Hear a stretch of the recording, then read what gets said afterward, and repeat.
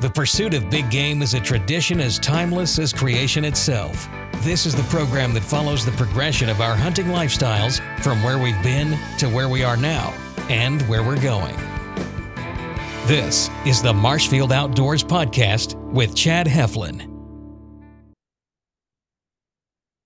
All right, we're coming off an awesome week last week with Beakwhackers Waterfowl, an awesome nonprofit here in Virginia that I've, really enjoyed getting to know over the last, few months since August, I met them at the show last year, but I went down for the veterans hunt, did the podcast, filmed their hunt the next morning. I ended up having to come home, but they had some great success. So Jared, Jason, thanks for having me down. I really appreciate it. If you haven't listened to that podcast, go over to, Apple Podcasts, Spotify. You can find it on there. Also, our YouTube channel. I just uploaded the video on there, so you can kind of see that. But it was an awesome podcast. It was really great. We were in Matthew, I think 4 last week. I'm kind of jumping around this week, but I kept saying Mark, and I apologize for that. I'm in Matthew, so if you're following along without the Faithful Outdoorsmen segment, we're in Matthew, not Mark, so I apologize for that. But I got a really awesome guest tonight from Alabama, Drew with Grounded Brand. I kind of met him, through somebody else last year, and we touched base, and I know he was busy during turkey season and with the shows, but he's got an awesome brand that we're going to go over here in depth in a minute. But Drew, do you drink coffee? You like drinking coffee, or is that not your thing? Man, I'm not a coffee drinker, but everybody else in my family is. I've only met a few people that don't drink coffee. My boss is one of them. He drinks hot chocolate. He can't do the caffeine. Yeah. But, we have Bear Beans Coffee, who's an awesome sponsor of the show this year. I met Will, and I'm actually going to Manitoba with them in September. They have a bear hunting outfit up in Manitoba. So Bear Beans Coffee has a conservation club this year that we're actually going to be doing a giveaway this month. So the kind of what we're going to do to have that giveaway is going to be on our Instagram and Facebook. But Bear Beans Conservation Club, what you will get with this is a year subscription to Bear Beans Coffee. It's an $80, a year thing. But with that, you'll get 40% off Bear Beans, 15% off Bear Bean bags, beans or ground coffee, like whole bean or ground coffee, free shipping on all your orders, monthly giveaways and drawings, which could be coffee, merchandise, stuff from their partner brand products, discounts on their partner brand products. And this is something really awesome. This is why we support them, Drew. 50% of coffee profits go directly to conservation efforts. This is through Blood Origins, which is an awesome conservation group here on social media group, American Bear Foundation, and Howl for Wildlife, another awesome conservation group that's really kind of getting a forefront of some of these laws and stuff that are kind of being put in place or getting voted on so that, it either affects hunting or maybe it's for it, but it's helping the hunters and the hunting community get ahead of these things and be a part of those laws or bills that might get passed. But Bear Beans Coffee, been an awesome sponsor. I'm drinking it tonight, Drew, and I wish you had some, or maybe we can make you some hot tea or something. That's right, man. But check them out. And like I said, we're going to do a giveaway. All the information on that will be up here soon. But let's run right into Drew here. So let's go over where you're from, Drew, and just your background and passion for the outdoors, where it came from. Yeah, for sure. So I'm from Huntsville, Alabama, born and raised here, and back here now. Went to Mississippi State for college, studied forestry and wildlife management there. But man, it all started from the time that I was little. My dad, he got me involved in the outdoors when I was, a little bitty fella. I shot my first turkey when I was 7. First deer probably when I was 8 or 9, first duck at 7 as well, so I was just in the outdoors a lot growing up. But then as I got older, my parents actually were able to buy a couple acres here close to the house. And that's where my love for like wildlife management really came into play at. Mm-hmm. I had never done anything management wise until, they bought that piece of property, and it was like, okay, like this is fun. Like this is really fun. And one thing led to the next, man. And I was like, let's try doing that for a living and go from there. So yeah. So now your full-time job is what? Yeah, so now, man, my full-time job, I work for the state of Alabama, Department of Conservation, Natural Resources, and I'm a waterfowl biologist. So, man, there's like Yeah. about 11 to 12,000 acres for public hunting. So, Pretty awesome job, I'd say. yeah, there's a lot of days I really enjoy it, and like any job out there, you're going to have days where you don't enjoy it. You know what I mean? Yeah. It's work. It's not just play all the time, but Yeah. majority of the time, I love my job. Yeah, no. Well, Drew, I mean, one of the things that continues to resonate through all of these podcasts I've done, I think this will be 32, episode 32, but it usually starts with somebody taking you hunting, or, something in your childhood really connected you to really grow your passion in what it is today. Can you kind of touch on that a little bit? Yeah, I mean, for sure. I mean, I said it was one of those things. Like my dad just loved to hunt, loved to be in the outdoors. My grandfather was the same way. Started the Retriever Club here in Huntsville because he was just loved waterfowling and dogs and all of that stuff. So, it really kind of started with him. I'm named, so my first name is Goodwin. A lot of people don't know that. Drew, or Andrew is a middle name, go by Drew, but my uncle Good was from Mississippi and a humongous hunter as well, big deer hunter from over there. So it kind of, you know what I mean, is a generational type thing for me. Mm-hmm. But as far as like getting involved with it, man, like I said, it really clicked for me once my parents bought that farm, bought Yeah. that piece of property close by a house. Just there was something different about the conservation idea to me that was, hey, I'm going to manipulate this piece of habitat in this way, shape, or form, and then I'm going to see this come from that. That's It's what really interesting. drove my Yeah. passion. Yeah. And I'm sure it's interesting. Like, some people, sometimes their mindset, I think a lot of times especially with food plots, a lot of times it's on deer, deer season and stuff. But when you start manipulating habitat and doing some of these things, it really benefits all types of wildlife, which is, I'm sure you found pretty quickly. Yeah. I think probably turkey hunting is probably something we share in common. That's probably are up there pretty high on our list of things we enjoy doing. That's right, man. That's I'd right. say, and I can remember, the first time I heard a turkey gobble. Up here in Northern Virginia, I'm like 65 miles southwest of DC, real rural area. My father has a farm here, and we didn't have many turkeys when we were growing up. It was something, I remember. I guess I started hunting when I was probably 11 or 12, and my dad did too. Like, he never had a turkey hunted before that. Always a big deer hunter, but he was a type where he was like, if we don't have a lot of them, why am I going to go shoot them? Yeah. Which is Yeah. actually a really good mindset, Absolutely. especially coming from a farmer, because usually they don't. Usually Yeah. crops and wildlife don't go together all the time. But Right. I can just remember going with him and hearing that first turkey gobble, and it's something that stuck with me my whole life. And I enjoy deer hunting, I enjoy dove hunting. We do everything, and Yeah. it's just something about the spring. The first turkey I shot, Drew, I was probably 13 years old. I had just gone down to Hugo's skating ring. They had a gun show as well at the skating rink At there. the skating rink. Yeah, and so my dad had bought this. It's a Beretta Silver Mallard, but it was a turkey edition. Okay. And it had like the little short barrel, 12 gauge, I think it was just a 3-inch gun. And we went down there and bought it for like $600. And, I was 13 years old. I was kind of nervous about it. And we had hunted a couple seasons, and I mean, we were horrible at it. I mean, we scared more turkeys out of the woods than we did anything. And Yeah. finally we rode past one of the fields that it's my dad's best friend's field, and there was a jake out in the field. And so we stopped and asked him if we could go down the woods and try to call him up. He said, yeah, help yourself. So we went down in this little pine thicket, got down in there, and, we were going to try to kill this jake. And my dad would always sit me about, 15, 20 yards out in front of him, enough where he could keep an eye on me and call. And next thing I know, a turkey behind us gobbled. And I was like, well, that turkey's out here. That ain't right. And this is before I even knew anything. Like, you could tell a little bit by a jake and a matured tom gobble and stuff like that. And Right. so he came up there and turned me around real quick. He said, all right, we're going to get on this one. And that's the first time I ever found out about a strut zone. And my dad had kind of been reading those little Night and Hail. It was like a little booklet that would tell you about different zones and stuff like that, and different turkey tactics. And he said, and the turkey kept going back and forth. And my dad said, all right, well, next time he goes away from us, we're going to move up like 40 yards and he'll come back to us as a strut zone. I was like, all right, well, whatever you say.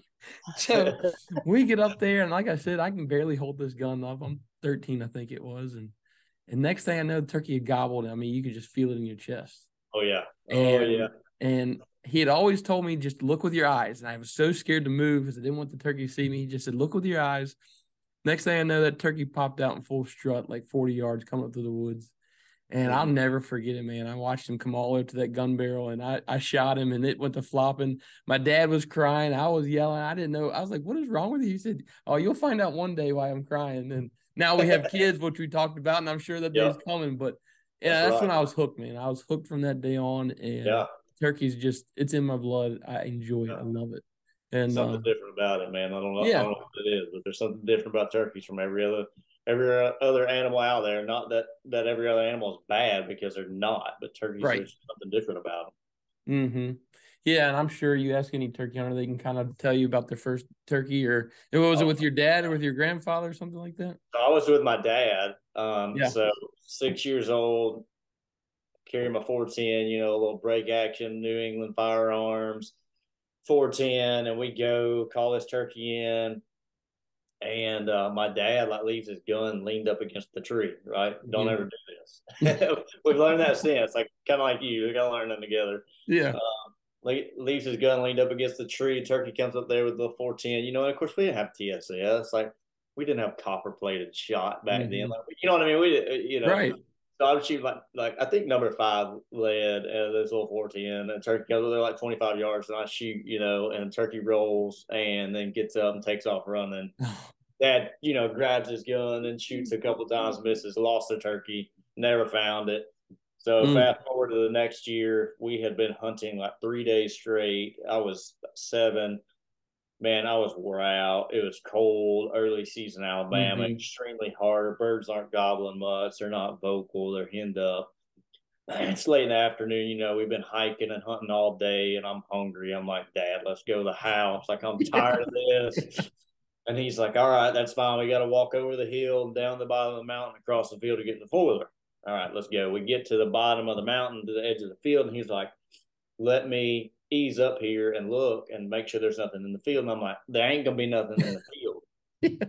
And he's like, well, let me just go. Well, I get caught up in some briars. And so he just goes on up ahead. And I'll be daggone if he doesn't get up there. And other side of the field, there's a longbeard by himself, 400 yards. I mean, he's I'm like, come here, And I'm like, what? I'm just ready to go. Just take me home. Yeah. And there just so happened to be a little ground blind right there on the edge that somebody had put up to deer hunt out of. And it was only 3 sides. It was like a black, plastic tarp with some windows cut out of it. Is all it was. So we crawl up in this little, homemade ground blind tarp, basically. And he hits his lynch box call, old lynch, And I'll be daggone if this turkey just doesn't lift his head up, and he turns around and walks 400 yards across this field right to us. He never gobbled. He never stopped. He never strutted. He walked 400 yards straight to us. And I stick my little 20 gauge gun barrel out the window, and shot him. And about like you, in your experience, Dad went to crying, and I was hollering and jumping up and down. I wonder what the heck was wrong with him. Yeah, there was the first turkey, man. That's awesome. Yeah, it's funny that sometimes it works out like that, and sometimes you can sit there and call and do every tactic, and that turkey isn't budging. Yeah, not going to listen. You're not even there in the world to them, Yeah. Exactly. Crazy how they're all different. Yeah, it is. I think that's what makes me keep going back year after year. And, I've said it a couple times on the podcast, I think, but, this year, well, I guess the last 2 seasons, I've fallen in love with bow hunting turkeys. I absolutely love it.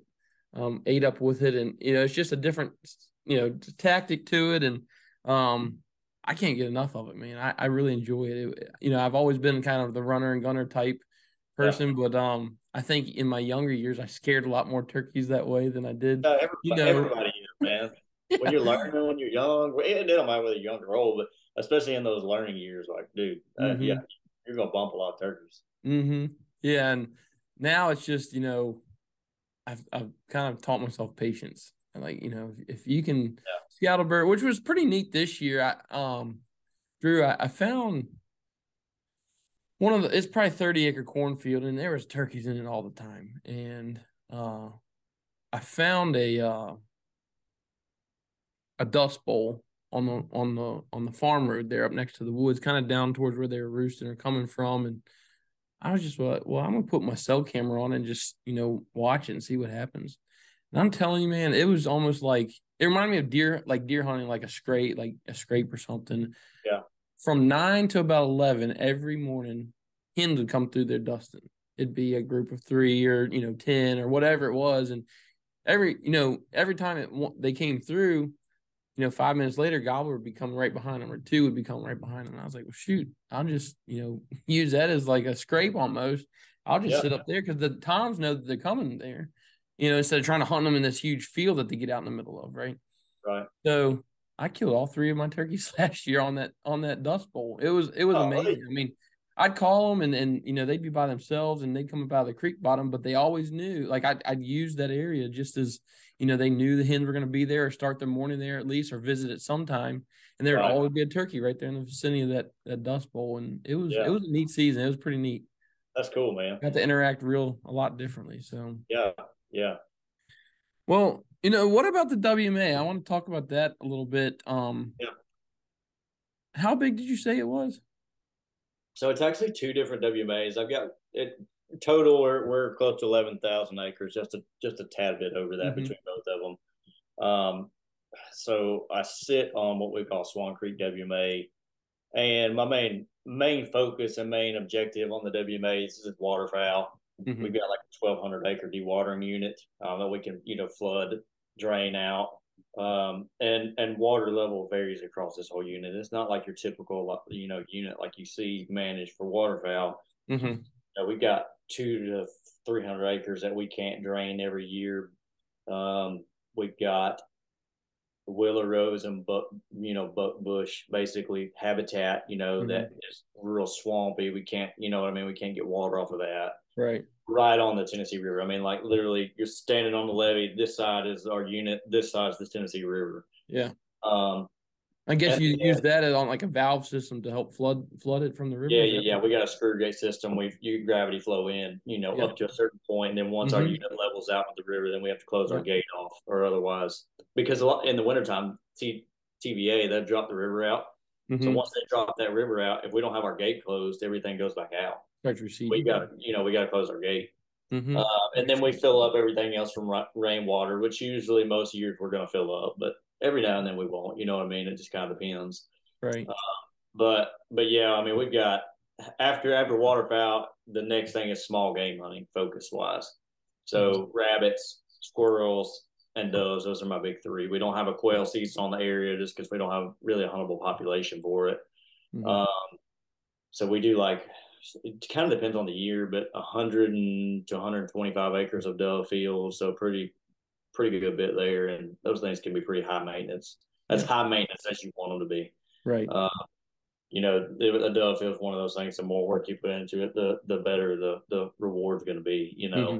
And we have a lot of dove hunters in Alabama, so it's like, man, and I love managing for doves. It's kind of like waterfowl for me, except they're on dry ground. Right.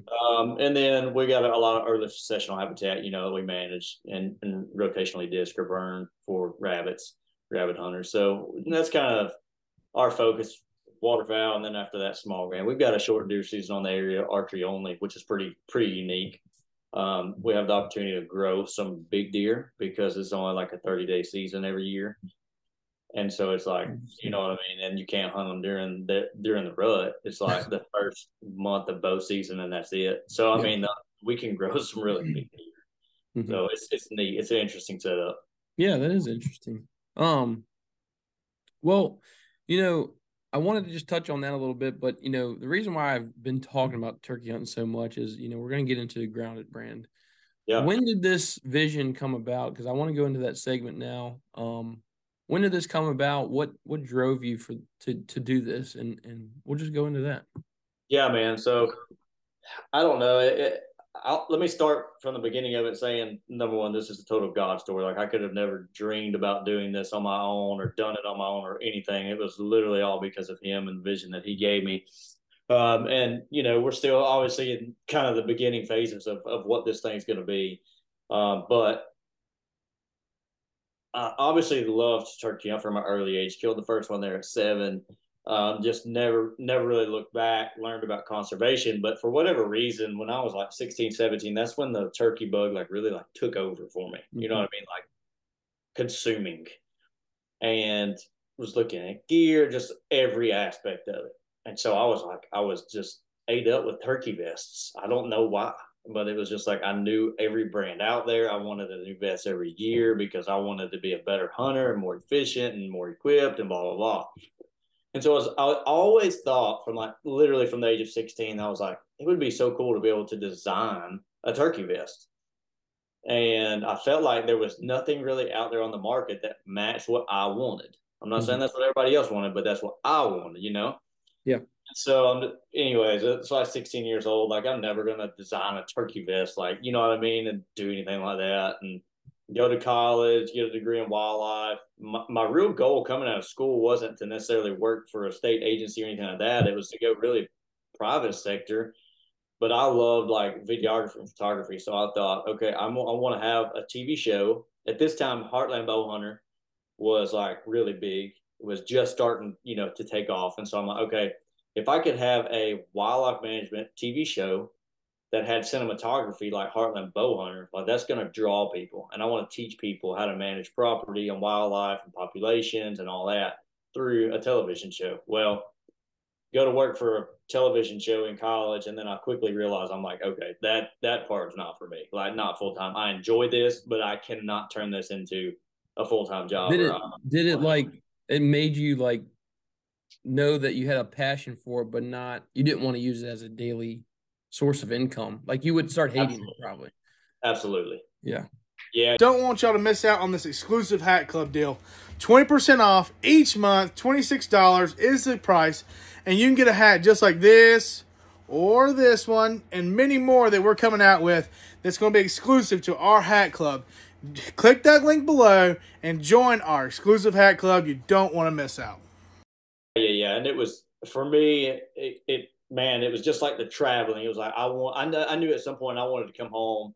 I wanted to settle down, have a family. Like, that was important to me, right? I wanted to be close to my parents.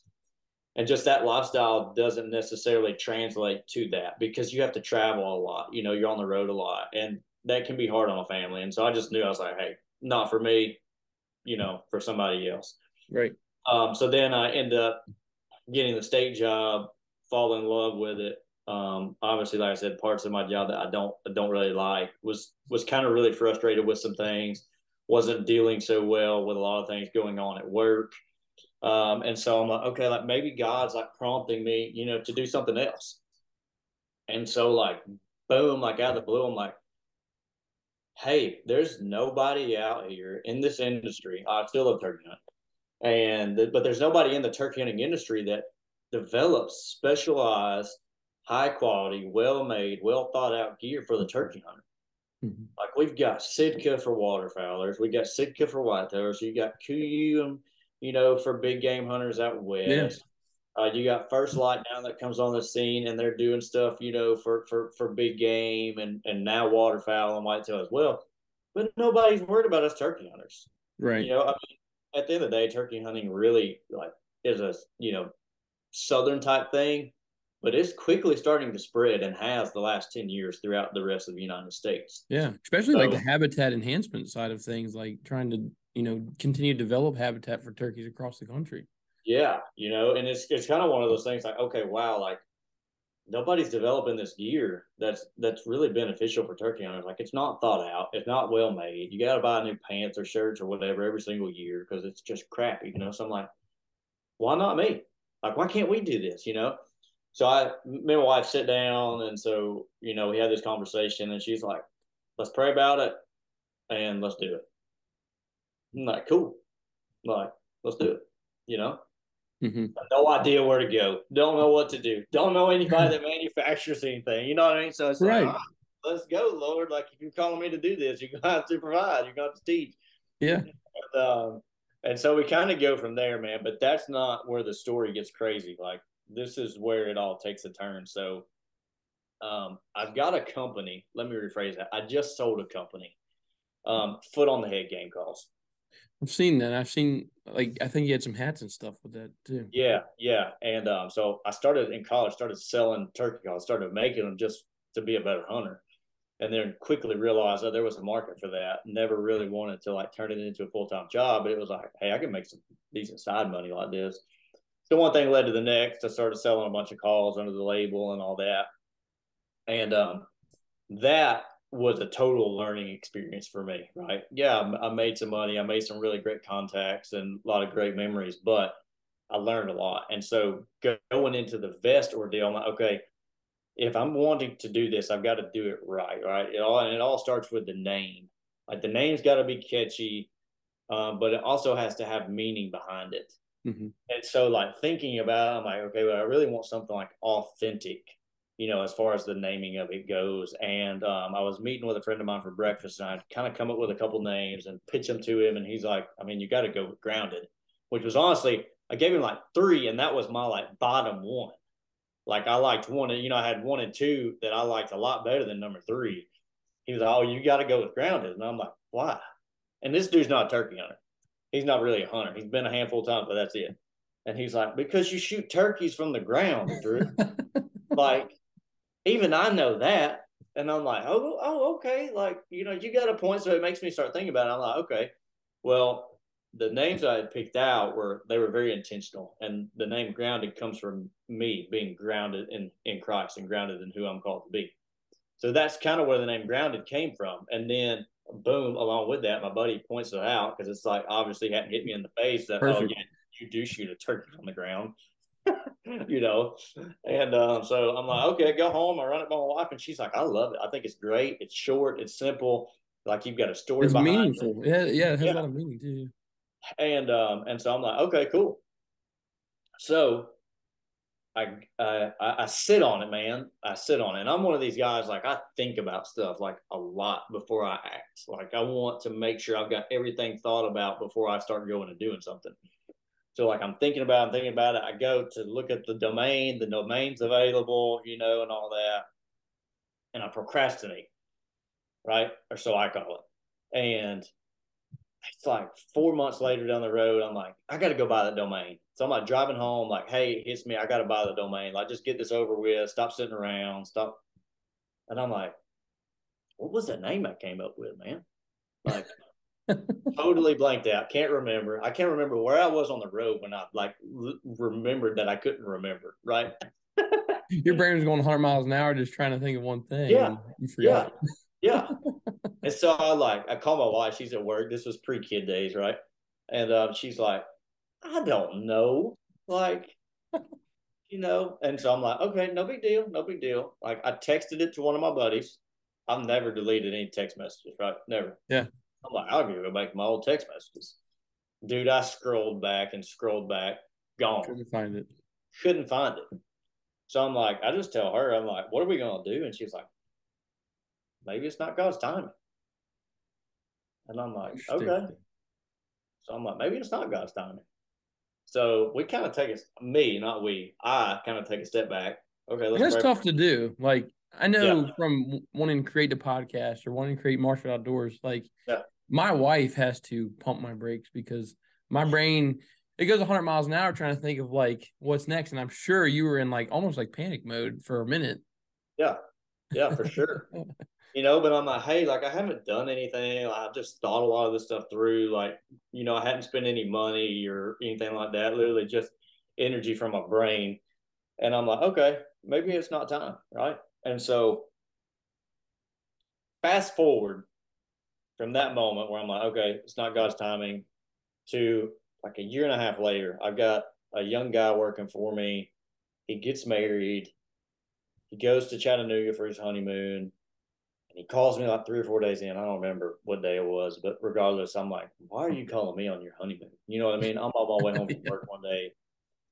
And I answer, and he's just like crying, like sobbing. And I'm like, what's going on, man?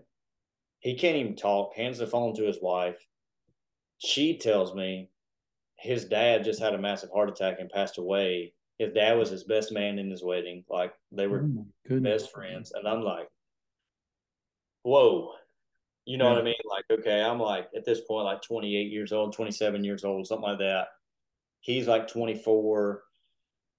And it like makes me like really question, okay, like what am I doing? You know what I mean? Like, am I doing something that's going to last, or am I going through the motions every single day? Am I going to leave a legacy, or am I just going to leave, something else? Right.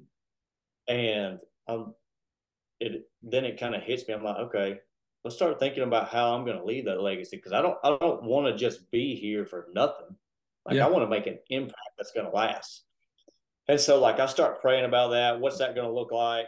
I'm sure you've heard of a guy named John Maxwell, leadership guru. You know what I mean? Probably the number one Forbes, whatever, like number one leader guy in the world right now. Phenomenal minds. And he comes to our church every single year to do a conference.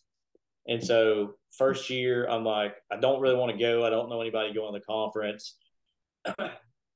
And I'm just like, I feel something telling me like, no, you need to go. I know you're uncomfortable, but you need to go. So I'm like, okay, go. And it's like not too long into it, he's talking about, how we all have a plan for our lives and we're all called to be leaders and blah, blah, blah. And in the middle of this thing, it's like, boom, just like in my head, grounded, pops up in the middle of this conference. And I'm like, that's it. That's what I'm called to do. Yeah. Write it down on a sheet of paper. Like, write it down. I texted to my wife, like, is there any like tattoo artists here? Put in a safety deposit box. Yeah, like, can you tattoo this on my arm, please? Like, I cannot forget this time. But it was literally like, boom, I'm sitting there in this conference, and he just, impregnates my mind with this idea. Like, this is what it is. This is what you're called to do. Yeah. This is your purpose.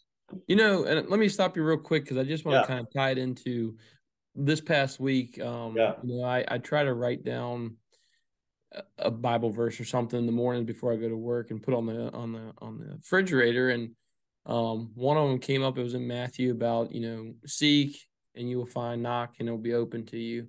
Yeah. And the one thing I want to make sure I promote when I'm going through this is continue to seek, continue to knock, because it's not in your time, it's in his time.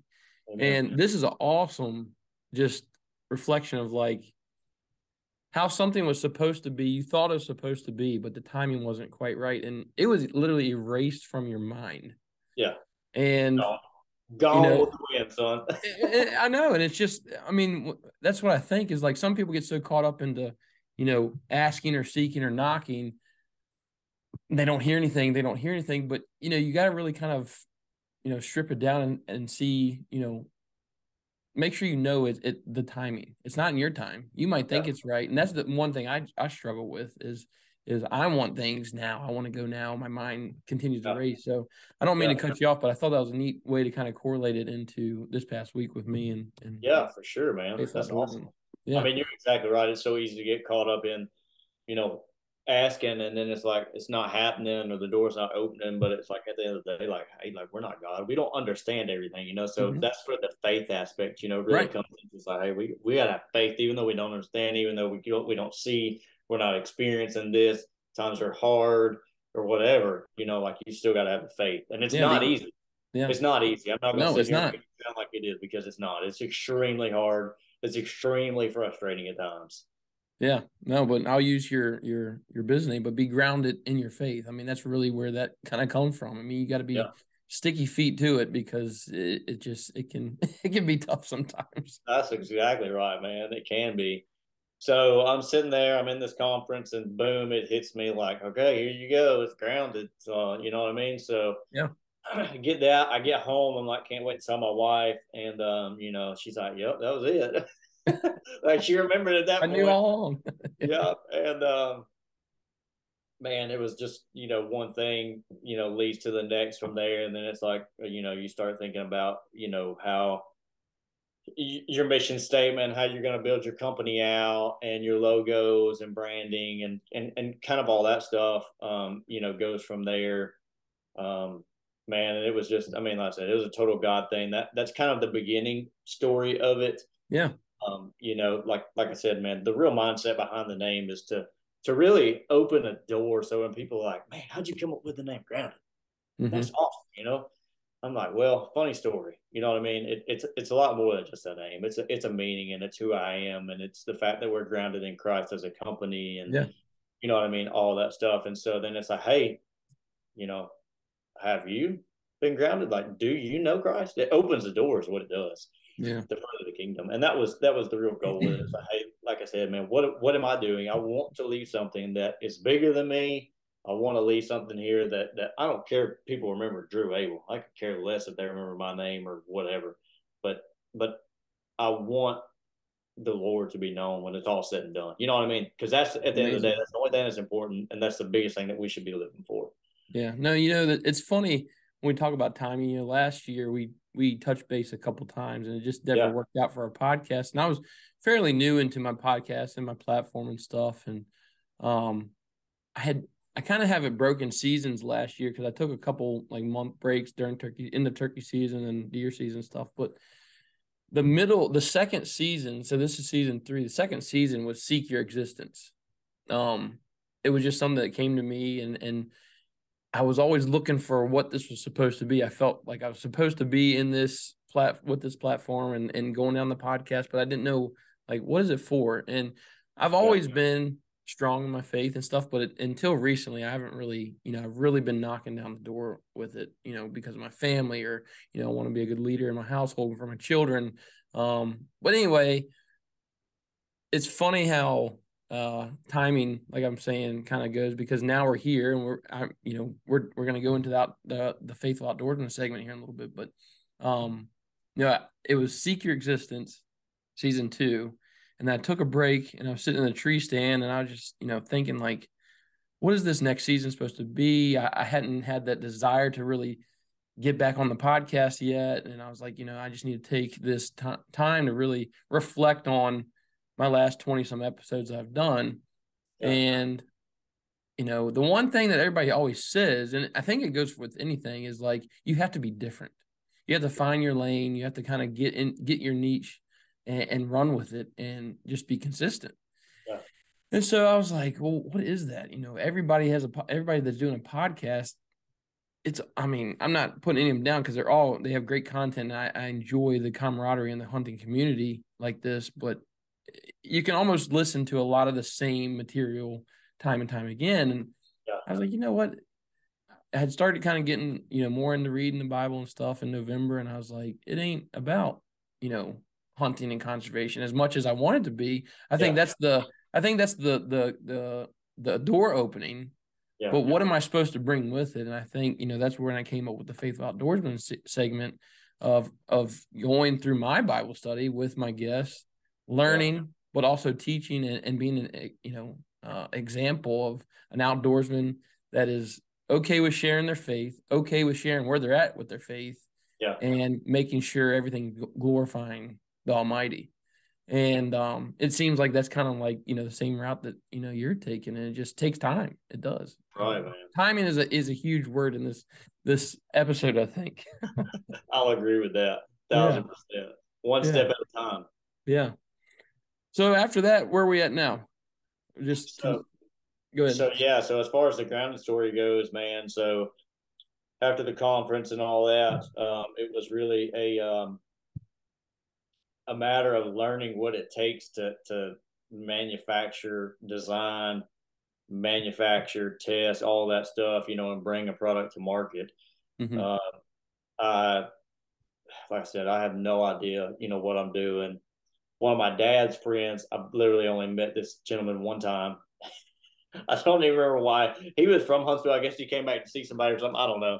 And he just so happened to stop and see me and my dad. And I met him. He was from North Carolina, lives in North Carolina, has lived there for a long, long time now. And his family had some textile manufacturing plants a long time ago, kind of before China took over. And so going into this, I'm like, hey, I got to call Ed. So I call Ed and I'm like, hey, do you have any contacts? Can you point me in the right direction? I have no idea what I'm doing. This is the end goal. And he's like, let me kind of talk you through a little bit of it. I've got one contact that would be good for you, but really that's it. He was like, your goal's got to be, number one, to design a product. After you get your design made, you can then approach a factory. That way they can understand what you're, needing done, and they can look at it and tell you, okay, I'll quote you X amount of dollars for however many, quantity run you're going to do. And then from there, one thing kind of turns into the next. So going into like the designing phase of it, I wanted something as far as the vest goes that was extremely practical and fast, kind of built more for the run and gun type hunter. It needed to be something that was well thought out. And to me, there was some vests on the market that were somewhat well thought out for my style of hunting. But they still didn't like really just meet that exact need. You know what I mean? Yeah. And so I'm like, okay, I start looking at pockets and what would I want? How do I hunt? And I had like 3 or 4 other guys that were really close to me, my dad being one of those. And then just a handful of others that are diehard turkey hunters. You know what I mean? Like these guys that have a 45-day season are going to hunt 35, 40, 45 days. And they had that run and gun type style to them that I really, resonate with. And so I was like, okay, let's take all these guys. And I mean, I did a lot of reading online as well, just kind of, poking around on different forums and things like that, learning what people might be wanting, and then I kind of, boom, go into a vest. Now, I went through like 3 or 4 iterations of a vest before I actually came upon the one that I'm selling right now, the impact vest. But it takes a lot. So beginning from literally not knowing anything about apparel manufacturing to bringing something to market was like a 4.5-year process. So it's like people think that, oh, why don't you just do this? Why don't you just come out with that? Why can't a company that's already out there, why can't they just do X, Y, or Z? And it's not. There's so many constraints to it that a lot of people don't understand, especially when you're like me. Like, I'm a one-man show. Right. Like, this is me and my wife in this. Like, it's not like I've got a big, $100 million funding. You know what I mean? Like, right. This is me. I'm doing what I can here and trying to kind of change the narrative in the industry. But it's hard. It's not easy. But man, you go from that one vest to the next, and you figure out like, okay, well, I can't have 4 different types of fabric on here because I can't afford to buy 10,000 vests or 150,000 vests, you know what I mean, for a production run because they're so expensive. Like, so then it's like, okay, well, I've got to narrow my fabrics down. I've got to narrow my zippers down. You know what I mean? You can't have all these different things on a vest or on a piece of apparel, whatever that may be, backpack. Especially when you're starting out, like you said, I mean, the financial, it's all overhead at this point, and you're hoping that it takes off and people buy it. Yeah. And so it's not an easy task, man. I love it. It's a humongous learning curve, and I'm still learning. And I can tell you that it's still like this right here, just as steep a learning curve as I've ever experienced. Right. But it's very interesting. I love building the relationship with the manufacturer, and because I'm not gonna lie, in the beginning, most manufacturers are skeptical because they're like, "Hey, I'm gonna take a risk on you," meaning me. Like, am I going to make or break it? But once they see somebody be successful, then it's a lot easier. You know what I mean? That foundation's a lot stronger. Relationship gets a lot better. They trust you, you trust them. But it's extremely hard to come up with something and, you know what I mean, manufacture it. I mean, what do you think? Go ahead. What do you think's been the biggest help for you? I mean, how old is it since you really started hitting the market with it? Yeah, so the vest has been out this will be the second spring that the vest has been out. So, I mean, is the trade shows something that's really opening you up? Because I think you went to the NWTF show last year. Yeah. And are you going this year too? I am, man. So last year, it was just like phenomenal. Just like the feedback and the reviews. And I can't tell you how many people just like came by the booth because they were like, I came here looking for a turkey vest and I heard so-and-so talking about this thing. And they were like, you got to go to the Grounded booth. Like, you got to go see Grounded, And it was literally like everybody that came by was like referred by somebody else. That's awesome. And dude, you want to talk about like encouraging? Yeah. Like when you work your tail off for 4 years, 4.5 years to bring this thing to market and think that, okay, I'm pretty sure I've got a good design. Like I'm pretty sure I've got it all thought out. You know what I mean? But there's always that little bit of doubt. I don't care. There's always going to be doubt.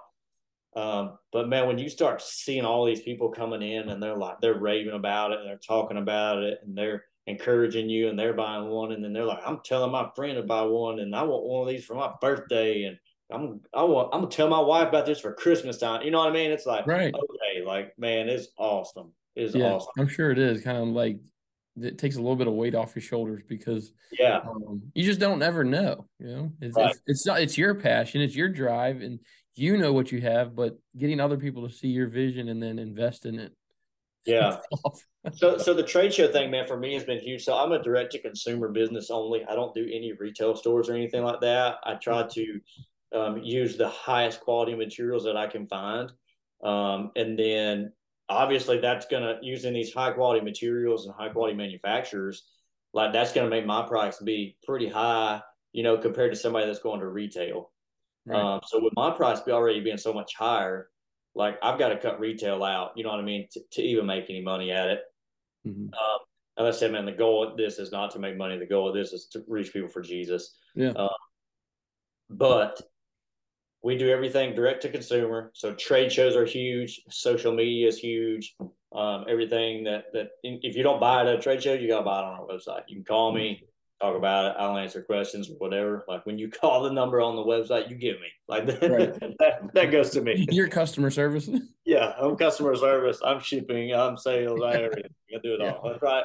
But hey, that's the grind of a small business. You know what I mean? And it's fun. It's hard. But at the same time, it's a blast. And I'm just so thankful that we get the opportunity to just do it, man. Yeah.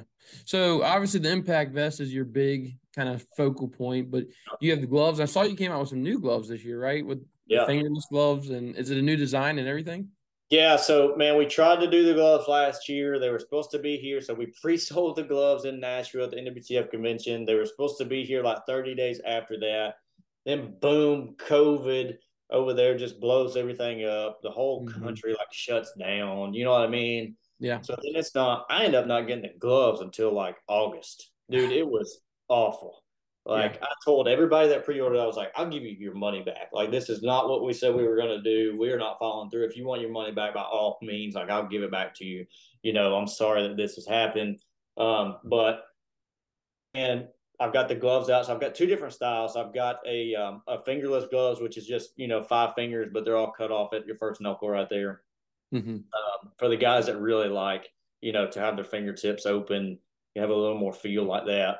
Or maybe you're hunting in some hotter weather and you just don't want, you know what I mean? You want to be a little cooler while you're hunting. I like it for my release. I usually have to cut my finger out, or I just don't wear gloves. But, I enjoy it because I'm trying to run my camera because I'm trying to get content.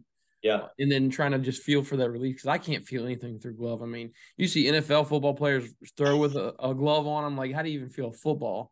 I can't shoot. I have to feel that release. So I think I'm gonna get the fingerless gloves this year. Sounds good, man. But yeah, the fingerless have been a big hit. So the big thing with the fingerless gloves, like you just said, like you literally just said it.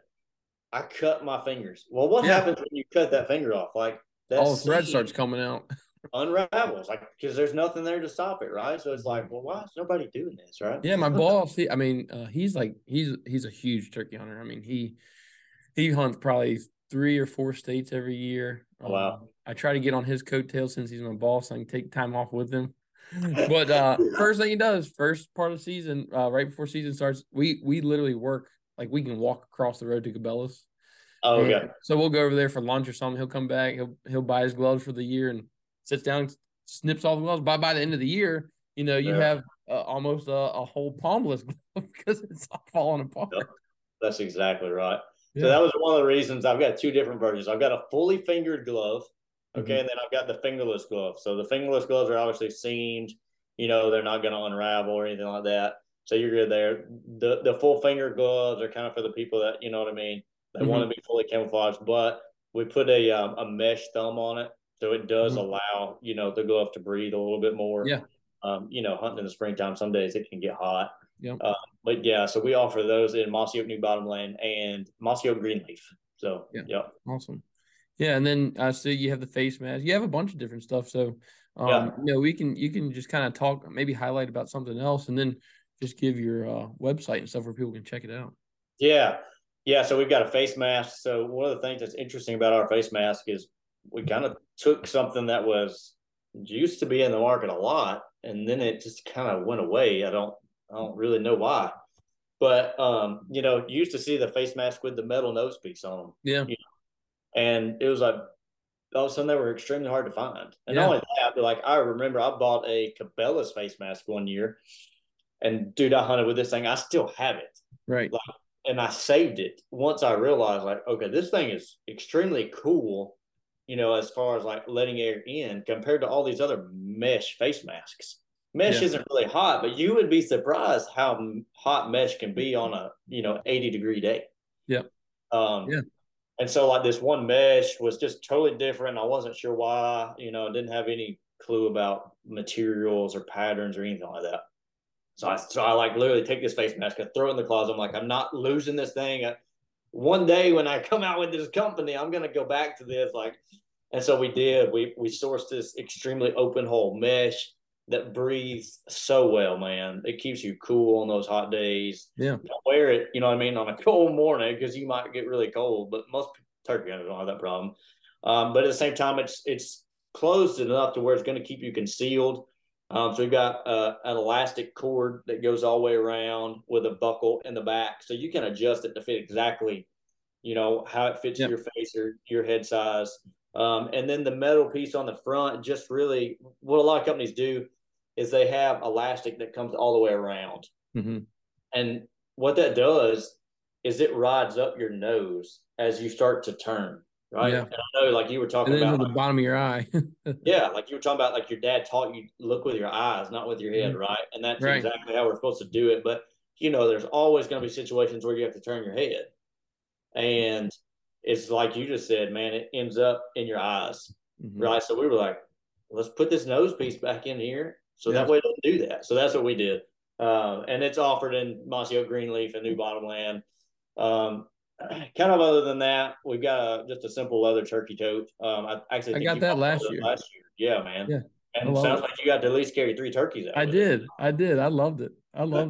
My dad, he was, he doesn't hunt as much anymore. He's usually trying to plant soybeans or something now. And he usually hunts at the end, towards the end of the season. If he gets all his work done, I'm out there playing still. So I kind of feel bad, but I call him. And as soon as I call him, he comes running with the Toyota. And this year I had it over my back with that leather strap, and he loved it. He's like, man, I wish I had that thing a few years ago. I was like, yeah, it's nice. Yeah, man. So yeah, we sell that leather turkey strap. It's real easy to use, man. Yeah. I carry it a lot, dude. So this year I was hunting out of state, and it was like we were gone for a week, and like day 3 or day 4, I can't even remember. We're going to leave the Airbnb one morning, and I grab my gun. And when I grab it, the dadgum swivel pulls right out of the cap. Oh, and I'm like, what? Like, you got to be kidding me. You can't just go buy another swivel. Like, we're in the middle of nowhere. Like, they don't even have a Walmart in this town. Like, right. I'm like, what am I going to do? And then my buddy was like, put your turkey strap on there. And I'm like, there you go. That's a great idea. So the rest of the season, I hunted. In fact, I still haven't fixed my gun. I'm glad I said we were talking about this because I got to go fix my gun before turkey season starts. But it's still got that leather turkey strap on it. So you can always use it for gunsling if you got to have it in a pinch like I did. There's your next product idea too. Yeah. No, I was going to tell you, I was thinking, when I was sitting there thinking about the fingerless gloves. Yeah. One thing that I do, because like I said, the last 2 years, I've just been bow hunting. I've had to cut my mask so I can feel I have a kisser button. And so she can make a mask with a hole in it that's sewn up so people, for bow hunters. Yeah, there you go. That thing's all starting to thread apart. And I think it's my my kisser button or something, but it's really just a thread that gets stuck in there or something like that. So. Yeah. That's funny. Yeah. So that's awesome. Man, we've got the turkey strap. I mean, I sell some decals, and stickers, but right now that's pretty much all the gear that we've got out besides our impact vest. That's our main seller. We've got some hats on there, camouflage hats that match the vest, and then just casual hats so you could represent the brand. We got t-shirts that represent the brand as well. Yeah. but yeah, man, bread and butter. We got the turkeys, the turkey vest, the impact vest. Hopefully, we're making an impact. And I know there's some other companies out there that already have an impact vest, but again, it kind of goes back to the name of Grounded and the goal and the mindset with the company. Right. Like our goal is to make an impact, not just on how you hunt, but on your everyday life. Like we want your everyday life to be better, And so we're like, hey, let's name it the impact vest. Like that's our goal, that's our vision, and so let's do it. That's awesome, man. No, I really like all of it, and I like what you're doing. This is one reason why, when I talked to Jack. Yeah. He was, I think, my first Instagram live I did. I think we were talking about it earlier, and then I saw him. He was posting stuff with you and kind of sharing a lot with the Grounded brand. And after meeting him, anything that Jack kind of says, I know it's got to be good because he's such a good guy. So he is, man. Awesome. He's phenomenal. So a lot of people don't know this, but Jack runs all my social media for me. Yeah, I mean his camera skills I think are phenomenal. Yeah.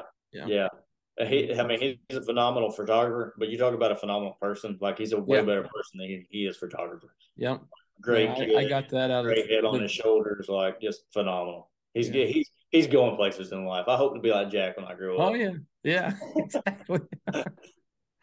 Well, that's awesome, man. Well, where can they find all the Grounded stuff at? Man, you can find it. I mean, you can see most of our stuff on our website, groundedbrand.com. All of it's there, but you also see it on Instagram and Facebook. Those are kind of the three places that we're really going to be posting a lot of stuff, sharing pictures, stories, things like that. So we've got a YouTube channel as well. We don't really have a whole lot of content on there yet.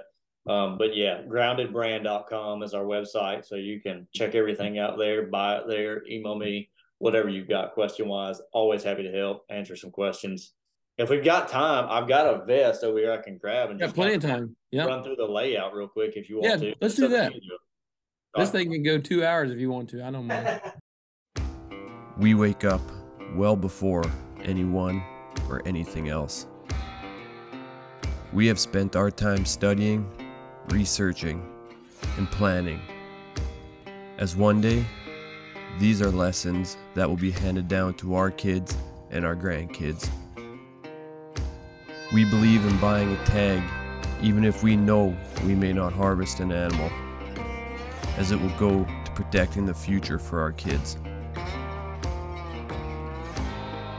Now, we have taken it a step further. With every bag of bear beans sold, 10% will go to protecting the environment and animal populations, so the traditions that were handed down to us will get passed down once again.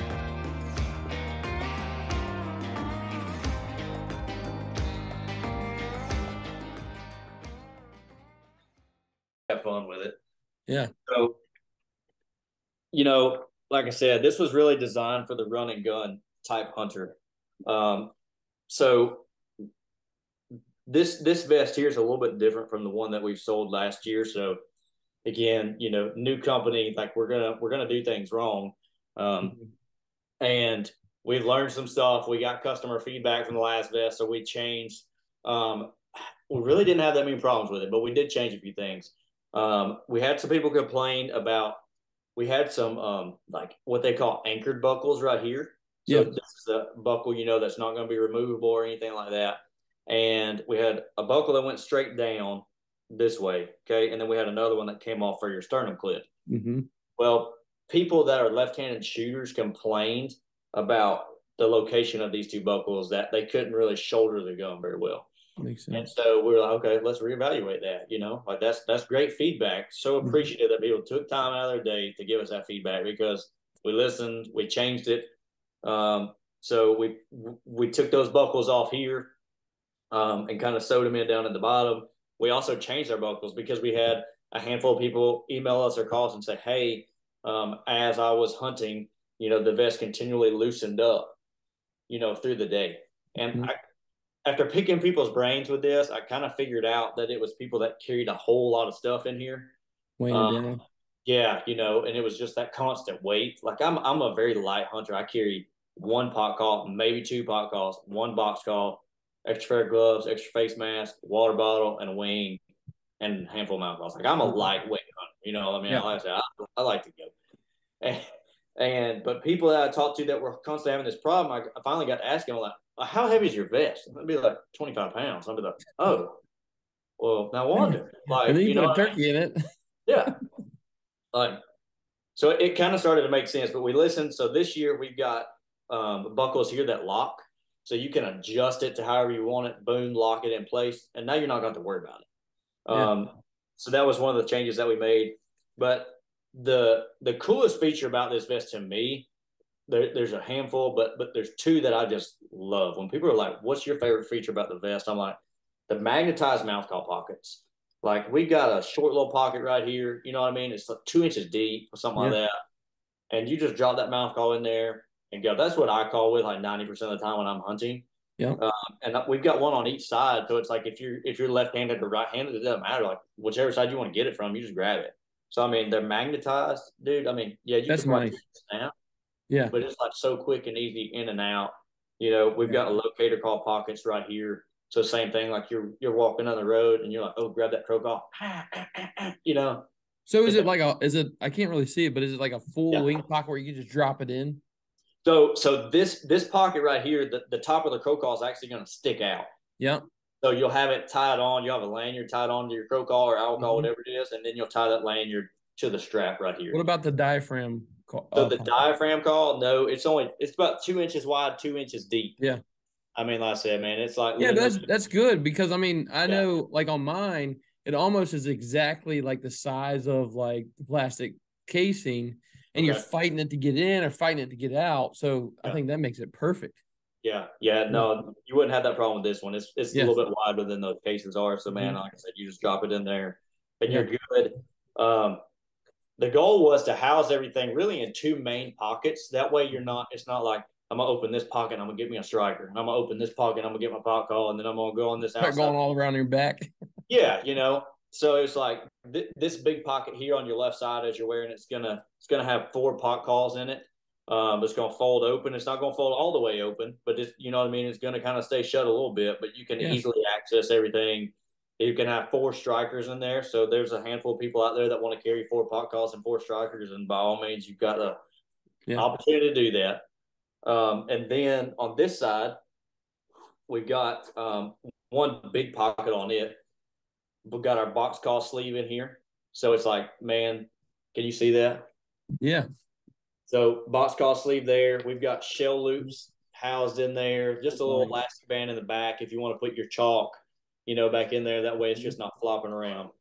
Well, I like that they don't fold all the way open, because a lot of times you're in a hurry or you're like, you know, in the moment, that thing flops all the way open, and well, there goes all your stuff, and you leave half of it at the tree. Yeah. Another thing that's interesting. So on the inside right here, we've got one humongous pocket. I mean, it's like big, and you can't see it because of the shadows, but we've got a sleeve on the inside of here, and this is made for pruning shears. So every vest I always had growing up, dude, I would always poke holes in it. You know, my pruning shears would work open as I'm walking, and then they'd poke through and it'd cut me, and I'd be bleeding, you know, and all that. I'm like, this sucks. You know, I just bought this vest and I got a hole in it. That's awesome. So we put reinforced material in there for those pruning shears, so they're not going to poke a hole through it. And the same thing as the mouthcall pocket. Yeah. That pruning shear sleeve is on both sides. So if you have a hand preference, you know, you want to grab it with your right hand, you put it on that side. You want to grab it with your left hand, put it on this side. You know, but these pockets can also store whatever else you want to. They're humongous. Face mask. Face mask, gloves. Kind of industry standard, you know, mesh pocket on the inside, you know.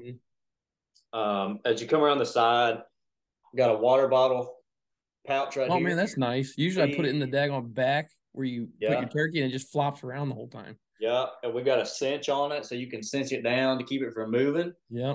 Some people want to have that water bottle pocket or that water bottle covered up. They don't want it on the outside of the vest. So, hey, we got another one on the inside. So if you want to put it on the inside, and again, goes back to the hand preference thing, man. We've got them on both sides of the vest, inside and outside.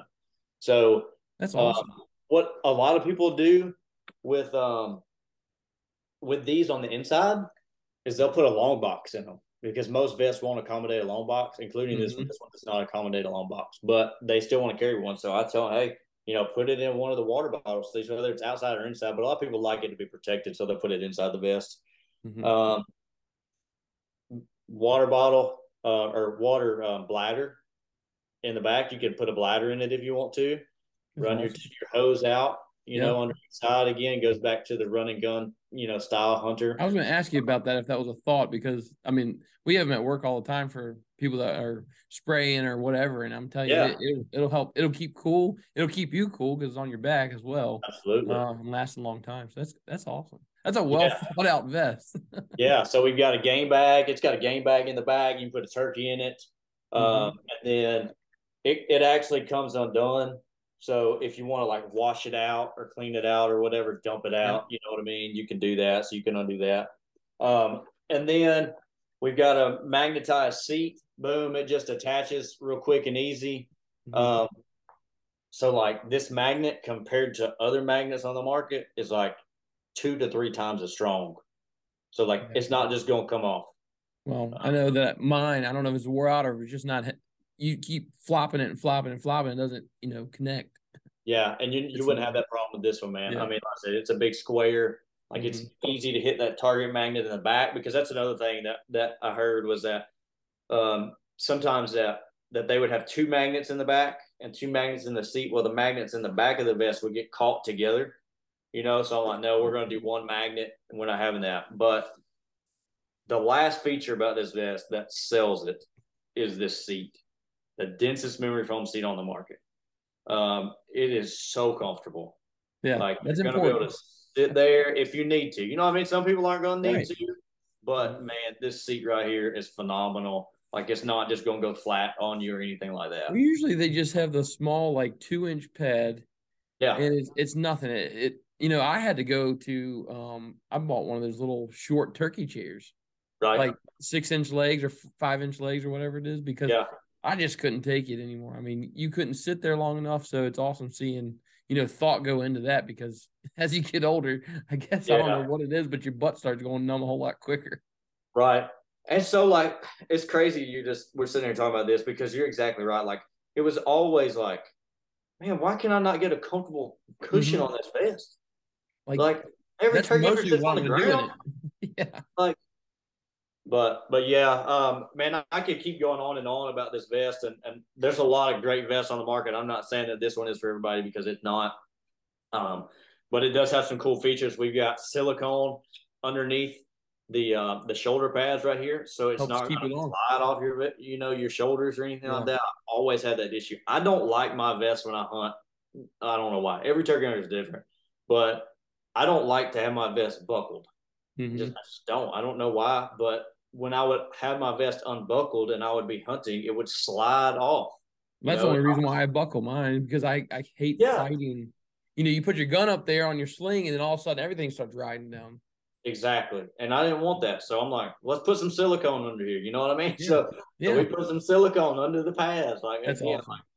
I'm a turkey hunter. I'm a diehard turkey hunter, trying to create good, thoughtful, intentional gear for the turkey hunter. So that's where we're at. That's awesome. And then big, mesh pads on the inside.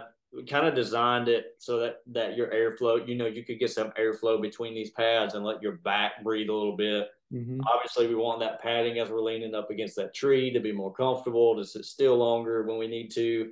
But at the same time, we need to be cool, because if you're sitting there getting hot, like you're uncomfortable, and then you start to move and all that. So we kind of left some airways in there to hopefully allow you to breathe, and then just a handle on top. Grab it, throw it in the truck, hang it up. When you get done with a successful hunt, and take some cool pictures in front of the cabin. What I mean? Awesome. Tree that you sat on or something like that. So yeah, that's kind of the rundown of it, man. So that's the new 2023 Impact vest with some upgrades from last year. Yep. Looks like it's super thought out, because there's things that you pointed out that for some reason I wouldn't think about, and now I think it's awesome.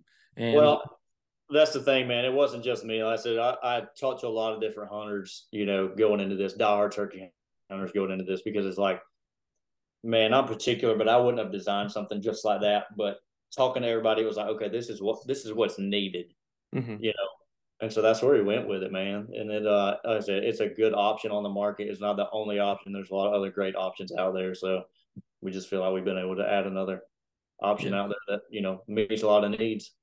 Yeah, well, I just saw that you had the flash sale on it in Sunday, right? Is there anything coming up soon? Because this will air So this is Monday night. What's today? The 17th, 18th. Anyway, I'm gonna have it out tomorrow. 16th. I got it right here on my computer too. So this will air tomorrow. I'm gonna put it together tonight, and so it's gonna be out. I want it to be out ahead of turkey season. But do you have any other sales coming up before turkey season, or what's your thought on that? I don't have any sales coming up, but I will give you some information, somewhat of some information. Okay. There's going to be some new stuff dropping at the NWTF convention this year. Awesome.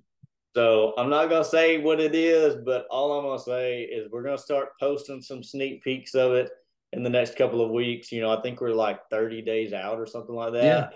Yeah. And 29 days out from the convention. But yeah, there's going to be some new stuff dropped there.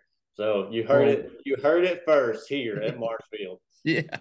Well, we can't wait to look at that. Now you got me wondering what it is, and maybe I can squeeze it out of you after we get done recording.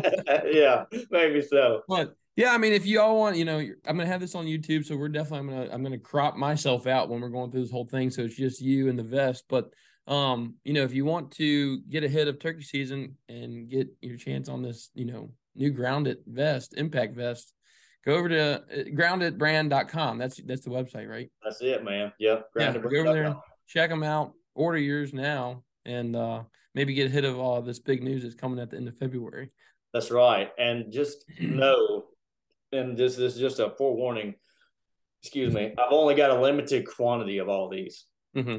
So my vest from last year, my vest from this coming year, it's just an extremely limited quantity. Yeah. So don't wait around. And I'm not trying to say that as like a sales pitch. I just don't want people to miss out. It's a great product, and I don't have a lot of them. I don't have enough of them. There's no doubt. Like we'll sell. Well, that's a good thing. So, yeah, it's a great thing. I just but a bad thing. I don't like disappointing people, but somebody's gonna be disappointed. Don't wait around on it. Just go ahead, buy it, be done with it, and get it, and you'll be thankful that you did. I promise. Mm-hmm. Yeah, awesome. That's one thing, man. So not to go back, and I'll make this real quick because I know we got to move on. But being direct to consumer, a lot of people always have questions about, is this going to fit me? I want to like hands on it, you know what I mean? Beforehand, like all that stuff. We offer free return shipping. So you get this vest, you don't like it, you shoot me an email, say, hey, I'd like to return this. Boom. I send you a shipping label. You slap it right back on the box, send it to me once I get it, make sure everything's good and the shape it's supposed to be, and I'll refund 100% of your money. So you're literally not out a dime if you buy this vest and don't like it. Yeah. So no questions asked on that stuff.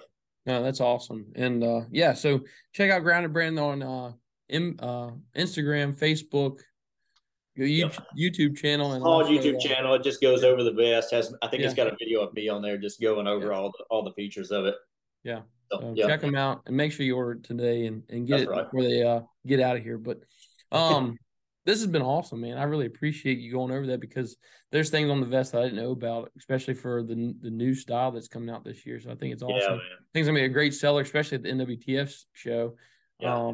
You probably would get some repeat customers, I'm thinking, coming back to you and looking at all the new stuff that are added onto it this year, making it a better vest. So man, I hope so. I can't wait to see how that unfolds. Yeah, it'll be awesome. Yeah, is Jack coming up? Is Jack coming up to the show this year? Oh yeah.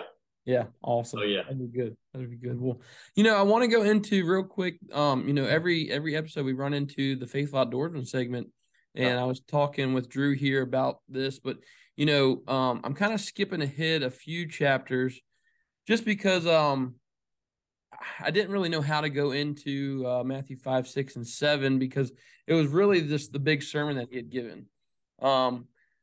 But he had given this huge sermon to a lot of people, and from that, people were astonished, they were in awe, and I'm kind of going right into Matthew 8, and this is where we start really seeing a lot of his miracles, a lot of the things he starts doing, and it's funny to me because I've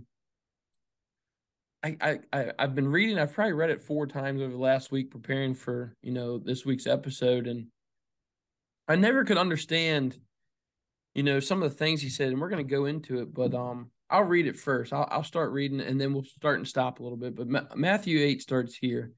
He had come down from the mountain. Great multitudes of people followed him. And behold, there came a leper and worshipped him, saying, Lord, if thou wilt, make me clean. And Jesus put forth his hand and touched him, saying, I will.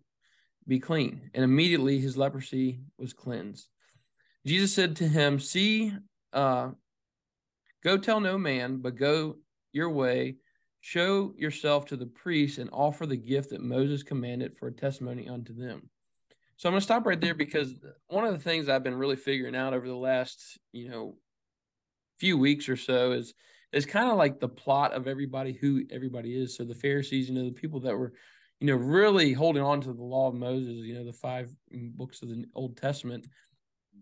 In this instance, Jesus had made, done this miraculous miracle, really just healed this man right there on the spot. And he didn't want, for some reason, didn't want him just to go tell anybody.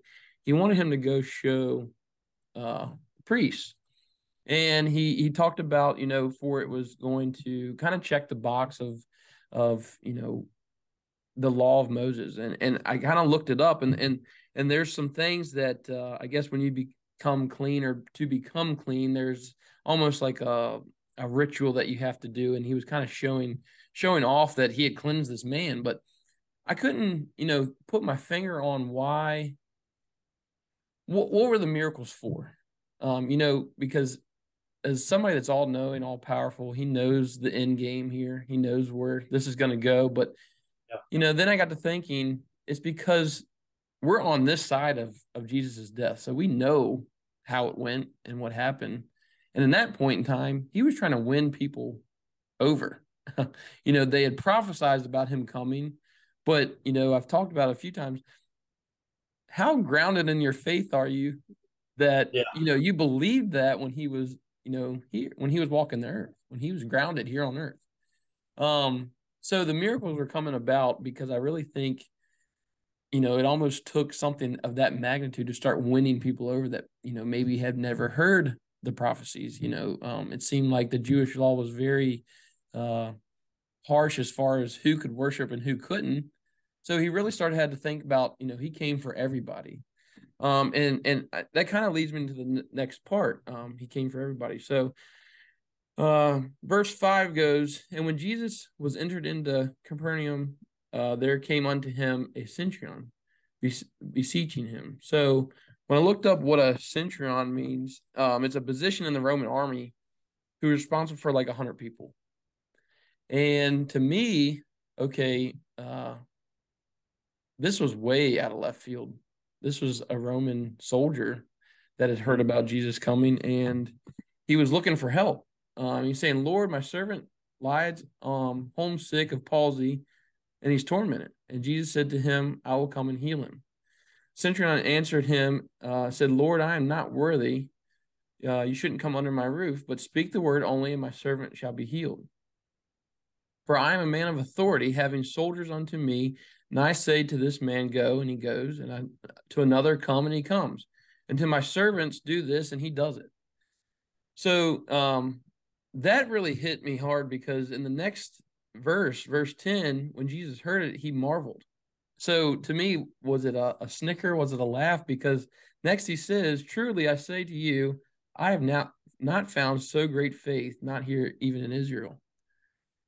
Well, it's almost like to me, this is how I'm taking it, he almost laughed about it, like, this is a Roman soldier who's heard of me, who needs help, who wants help, and he's willing to, I feel like, put his life on the line to help his servant and ask me this stuff. And he's like, there's people that have heard of me, my coming, that don't even believe like this. They want to kill me. I mean, he knows what's going to happen. Yeah. So I don't know. Do you have anything to relate to that, Drew, or am I reading it right? Do you get the same kind of perspective of that? Yeah, man. I find it so interesting that he has the faith that he's like, if you just say it, it'll be done. Yeah. Like, okay, it's like, hey, I've got this man, my servant, he's in the house and he's however far away, but he's like, I'm not worthy of you to come to my house. Like, if you just say it, it will be done. Like, that's how powerful that you are and strong that you are. Yeah. And it's like, and not only that, but he's like, I have the faith. Like, I've now got you here. I see you face to face.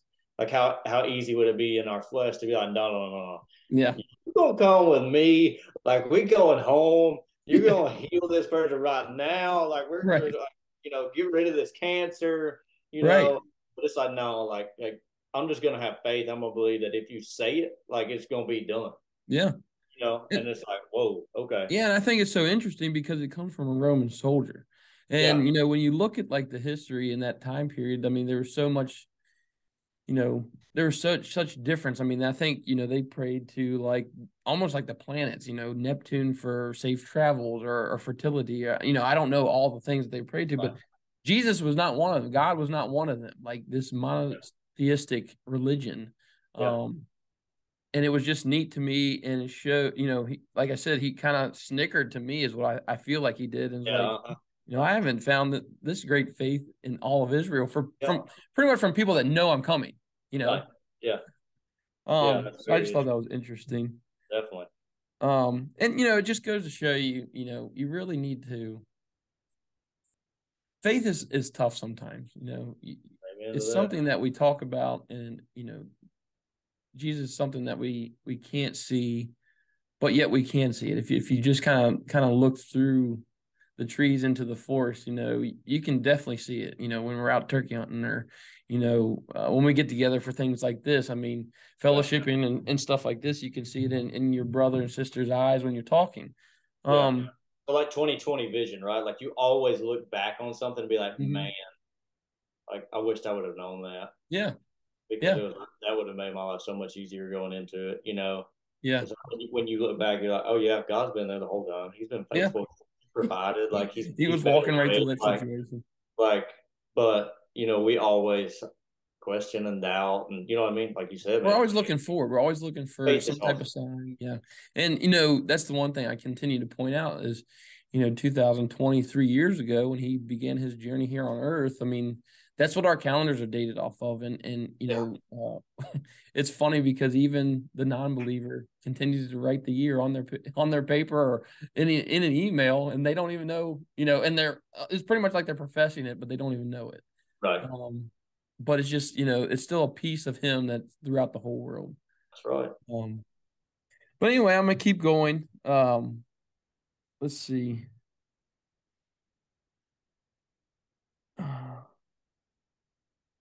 Let me find where I'm at here. I'm sorry about that. And I say to you, thou shalt come from the east and west, and shalt sit down on Abraham, Isaac, and Jacob of the kingdom of heaven. But the children of the kingdom shall be cast out in outer darkness. There shall be weeping and gnashing of teeth. Jesus said to the centurion, Go your way, and as you had believed, so be it done unto thee. And his servant was healed in the selfsame hour. I mean, instantly. It just goes to show the power of God, and when he was here on earth, and just he come from and for love. Yeah. And I think that's one thing that people don't connect with is that, a lot of times, I've even been guilty of it. You think it's judgment, or you think it's, it may be from, us, being flesh here on earth that are not perfect, but God came not to judge and not to persecute, but to help sinners repent. Yeah. And he came out of love. That's pretty much sums up the two greatest commandments is love thy Lord and love thy neighbor as yourself. And you pretty much can go, you do those two things, you pretty much got the rest of them, right? Yeah, that's right. So next he goes into Peter's house, and he saw his wife's mother laid and sick in the fever. And he touched her hand, and the fever left her, and she arose and ministered unto them. When the evening came, they brought unto him many that were possessed with devils, and cast out the spirits in his word, and healed all them that were sick. So this is, he continues to show favor to people in this area at this time, and do these miracles. And I think he's really doing it to win souls. I mean, like I said, I think, how many people do you know that maybe haven't ever heard the gospel, maybe have never been to church, or, even have, a friend like you that understands what your faith is? What would it take to convert them? Would it take a miracle? We can't make that happen. Only he can. And he was here for those, 3 years that, 30 to 33 before his death, that he was doing those. And I really think it was to win as many souls as he could, because he knew there were so many that were lost, and that so many that he hadn't heard of him. But Jesus said, let me go back. 21. No. 19. And a certain scribe came to him and said unto him, Master, I will follow thee whithersoever you go. And Jesus said that the foxes have holes and the birds of the air have nests, but the Son of Man has not anywhere to lay his head. Another of his disciples said unto him, Lord, suffer me first, for I go and bury my father. Jesus said, follow me and let the dead bury the dead. Now, I want to go back to 20 real quick. I think that's, I continue to relate any of my Bible studies to the outdoors and kind of like, our own heart. And he gets to talking about the foxes have holes and the birds of the air have nests, but the Son of Man has nowhere to lay his head. Now, Jesus had a home in Nazareth, and that's where he was born and came from. But what I think is pretty profound about this is that in those days, you were really only supposed to worship him inside a building, inside a tabernacle, inside a temple. And to me, it felt like he was trying to make sure everybody understood that he was almost nomadic. Like, he didn't have any one place that he laid his head down. And this is kind of how it connected to me, is that don't go worship me in one place. Churches are good. Church buildings are good, but he doesn't live in a church building. I think it talks about that in another verse. But to me, this is telling them, like, I've given all these things homes, even yourselves, but I, as great as I am, I go everywhere. I don't have one place. Have you ever connected that, or do you see the same thing from that verse? Yeah, I definitely see the same thing there. I find that interesting, because it's like, this is not our home, man. Like, we're not made to be here for eternity. We're made to be here for blink of an eye. Mm-hmm. And so I find it interesting. I've never really thought about it, or read this verse before, where he's talking about how he has no place to lay his head. But it's like, man, you're exactly right. Like, we're not made for this earth. We're made for eternity. Yeah, and we're using this podcast to reach out to many people at one time. It's not just here at my house or you at your house. Right. I mean, and I want to make sure people send me a Instagram message or email me. I'd love to have other people's perspective, but me being really just now getting into reading the Bible, some things it's hard to understand because it's not black and white. It's not like he uses parables. He uses different things to connect people, to make you think. And, that's just what I got out of that. Yeah. Some good stuff. Yeah. And then we kind of finish up with, which I really like. So he had told them to follow him, but, I guess they were leaving and going to another place. But he said when he had entered a ship with his disciples who had followed him, and behold, this is 24 and following. Behold, there arose a great tempest of the sea, so a storm, and so much that the ship was covered with the waves, but he was asleep. And his disciples came to him and awoke him, saying, Lord, save us, we will perish. Which I think is funny, because I think they started seeing how the miracles he had done, and they're like, well, he probably can't perish, so he's probably not worried about it, but we can die. Yeah. So then 26, he says, why are you so fearful? Do you have little faith? Then he arose and rebuked the winds and the sea, and there was a great calm. I want to stop there, but going down through there, he kind of continues to look at different miracles that he's done in his next journey, but we'll kind of go over to Matthew 9 next week. But this is pretty profound to me as well. I mean, we all go through different seasons and stuff in our life, and storms and depression, anxiety. I mean, from trying to create a business and, run a family. This is where you need to be grounded in your faith, just like he's kind of pointing out here. They were worried about dying and in the storm, and he knows what he can do and stuff like that. But his faith, he was here in flesh, so he could have easily died just like them. I mean, he was a living human being, but his faith in the Father and his faith in knowing what his purpose, his purpose here on earth was.